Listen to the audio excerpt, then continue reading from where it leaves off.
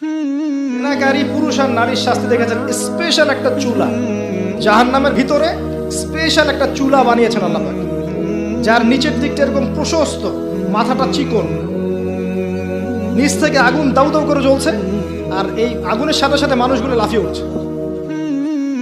আগুন নিচে নেমে যাচ্ছে, মানুষগুলো নিচে নেমে যাচ্ছে, আবার দাউ দাউ করে আগুন, আবার মানুষগুলো উপরে উঠছে। এটা ওদের শাস্তি দেখেছেন নবী সাল্লাল্লাহু আলাইহি ওয়াসাল্লাম, যারা এই উম্মতের জেনা এবং ব্যভিচারে লিপ্ত আছে। আর আপনাকে আমি বলে রাখি, শুধু সেক্সুয়াল সম্পর্কটাই জেনা না, বরং ওই যে আপনি কথা বলছেন, ওই যে কফি খাচ্ছেন, হাতে স্পর্শ করছেন, চুল ধরছেন, জড়িয়ে ধরছেন, প্রেমপত্র লিখছেন, সবই জেনা টোটালি। এই প্রতিটা কাজ স্ত্রীর সাথে করলে প্রত্যেকটা কাজের বিনিময়ে নেকি পাবেন, আর এই প্রতিটা কাজ আপনি ওর সাথে করলে আপনি প্রত্যেকটা কাজের বিনিময়ে জাহান্নামের দিকে যাচ্ছেন। শুধু এভাবে স্পর্শ করা, গায়েরে মাহরাম মেয়েকে এভাবে স্পর্শ করা, একটা হাদিসে নবীজি বলেছেন মাথার মধ্যে লোহার পেরেক বসানোর চাইতে বেশি জঘন্য কাজ। মানে একবার করে স্পর্শ করার শাস্তি হচ্ছে মাথায় আল্লাহ পাক লোহার পেরেক বসাবে। আর বিবাহিত, এটা তো বললাম অবিবাহিত জেনারেশন, যাদের মধ্যে আবেগটা বেশি থাকে।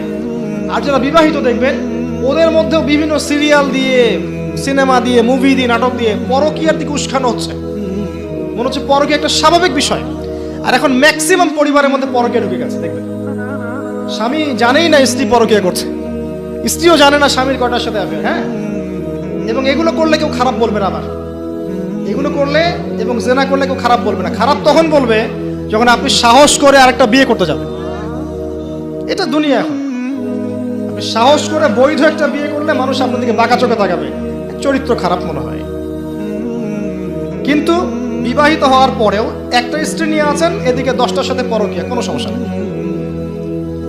অথবা বিয়ে না করে আপনি 1000টা মেয়ের সাথে জেনা করছেন, বারে যাচ্ছেন, এই পতিতালয় যাচ্ছেন, ধনির দুলাল হলে ওখানে গিয়ে ইয়াবা খাচ্ছেন, মাদক খাচ্ছেন, সেক্স করে বাসায় ফিরছেন, কোনো সমস্যা নেই। কিন্তু আপনি যদি বলেন বাবা আমার বিয়েটা একটু তাড়াতাড়ি দিন, আমার চাহিদা আছে, আমার বয়স হয়েছে 20-25 হয়ে গেছে, আমাকে বিয়ে দিন। এখন কিসের বয়স তোমার বিয়ে করা? আগে 30-35 হোক, নিজের পায়ে দাঁড়াও আগে। ও নিজের পায়ে দাঁড়াতে দাঁড়াতেই ও জাহান্নামের পায়ে দাঁড়িয়ে গেছে। এদিকে নিজের মেয়েদের চাহিদা আরো আগে শুরু হয়, এবং তারা তো মুখ ফুটে সব বলতে পারে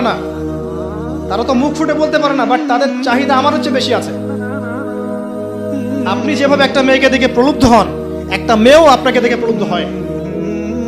তারা বলতে পারে না, ভিতরে ভিতরে পাপ করতে পারে। আর ওদের ব্রেনটাকে ওয়াশ করে দিয়ে বিভিন্ন সিরিয়াল দিয়ে, বিউটি কন্টেস্ট দিয়ে, নাটক দিয়ে, মুভিজ দিয়ে, পর্নোগ্রাফি দিয়ে, আর ছেলেদের সংস্পর্শ দিয়ে আমরা ওদেরকেও জেনার টেনে টেনে আসতে চাই নাই, টেনে হিস্ট্রে জেনার কাছে নিয়ে আসছে। আসবি না মানে আয়, এটাই উন্নতি, এটাই অগ্রগতি, এটাই প্রগতি, আয় আসবি না কেন? এভাবে সমাজের কাঠামোটা নষ্ট হয়ে গেছে, পরিবারগুলো ভেঙে যাচ্ছে। আর এরপরে দেখবেন ডিভোর্স, ওই যে বাচ্চা কাচ্চা যেগুলো আছে, এগুলো মা ছাড়া বাপ ছাড়া মানুষ হবে। আর যখন একটা পরিবারের সন্তানরা আদর, ভালোবাসা, মহব্বতের পরিবেশ পাবে না, এরা বড় হয়ে জঙ্গি হবে, এরা বড় হয়ে সন্ত্রাসী হবে। ওরা বিক্ষিপ্ত মাথার হয়ে উঠবে, মানসিকভাবে একদম টোটালি ফেড আপ। এই হচ্ছে অবস্থা।